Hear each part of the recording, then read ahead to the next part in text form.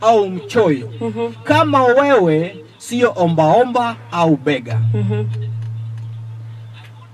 Ukiita mtu mchoyo ama umuite stingy kumaanisha kwamba wewe ni omba. Wewe ni bega. Unafaa upewe wheelchair, unafaa upewe kiti, upeleke hapo kando barabara, upewe mkebe, uanze kugonga saidia because wewe kati yako na yule ambaye aliomba mtu ako tofauti. So before you call someone stingy, wewe pia jipe hiyo jina, ujiite bega.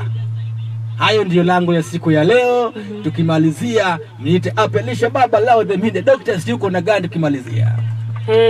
Mimi kitu nazaambia wanadada peke yao, tafadhali mwanadada kule nje ama pahali popote, usiweze kudate mtu maskini ama mtu kuna mtu maskini, usiwahi date mtu mwenye hana kitu chochote. Sijui kama unanipata, hana kitu chochote. Nakupata. Hapo kwa chochote. Tuende na mtu mwenye anaenda basi. Chochote, nyumba, gari, pesa. Chochote. Wasema wanajua hiyo.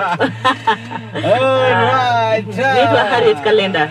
Tumeshukuru sana kuwa nasi hapa ndani ya IRAS siku ya leo ya Tuesday edition. Naona pale laikia saa 1. Naomba tujiondoe kidogo, tuwapishe wenzetu pia waingia hapa ndani IRAS watu